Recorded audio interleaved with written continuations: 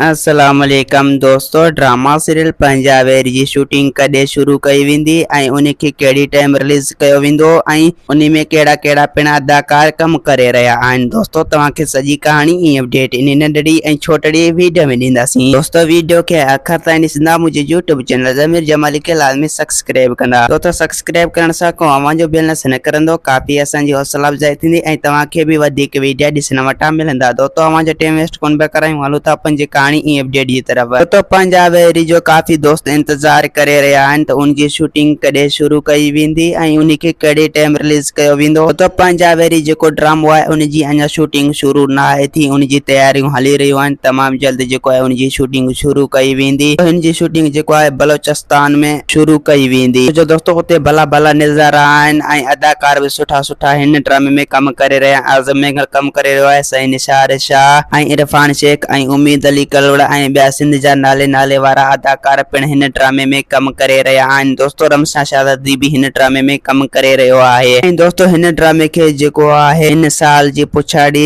महीने में रिलीज कयो वेंदो, यानी आखिरी महीने में रिलीज कयो वेंदो पंजाबी ड्रामे खे। तो दोस्तों हिन जी हाल फिलहाल शूटिंग शुरू थींदी, उन खां पोइ एडिटिंग वग़ैरह थींदा ऐं उन खां पोइ साज़ बाज़ लॻंदा, उन जे करे हिननि खे 2-3 महीना थी वेंदा। इन साल जी आखिरी महीननि में रिलीज कयो वेंदो ही ड्रामो। तो पंजाबी जेको ड्रामो आहे उहो हिकु वॾो सोप सीरियल ड्रामो है ऐं इन में सुठा सुठा पिण अदाकार कम करे रहिया आहिनि। दोस्तों हिन खे वॾी शोहरत मिलंदी जेतिरी ज़हर ज़िंदगी खे मिली हुई। ऐं दोस्तों पंजाबी जेको ड्रामो आहे दौलाब ड्रामे खां भी ज़बरदस्त ड्रामो आहे ऐं पंजाबी हिकु बेहतरीन ड्रामो आहे ऐं वेरन जी वस्ती ड्रामे खां भी वधीक आहे। वेरन जी वस्ती दौलाब ड्रामो ऐं ज़हर ज़िंदगी खे भी कट करे विझंदो। ऐं दोस्तों जॾहिं भी सिंध जा धाड़ा ख़त्म थींदा त उन खां पोइ हिन ड्रामे जी जेको आहे शूटिंग शुरू कई वेंदी ऐं हड़ताल वग़ैरह ख़त्म थींदा, हिन ड्रामे जी शूटिंग शुरू कई वेंदी। दोस्तों उम्मीद त कहानी आई हूंदी तव्हांखे पसंद। असांखे ॾींदा इजाज़त, वरी तव्हां सां मिलंदासीं के नई वीडियो में। जैसी थी पंहिंजो ख्याल रखना। खुदा हाफिज़।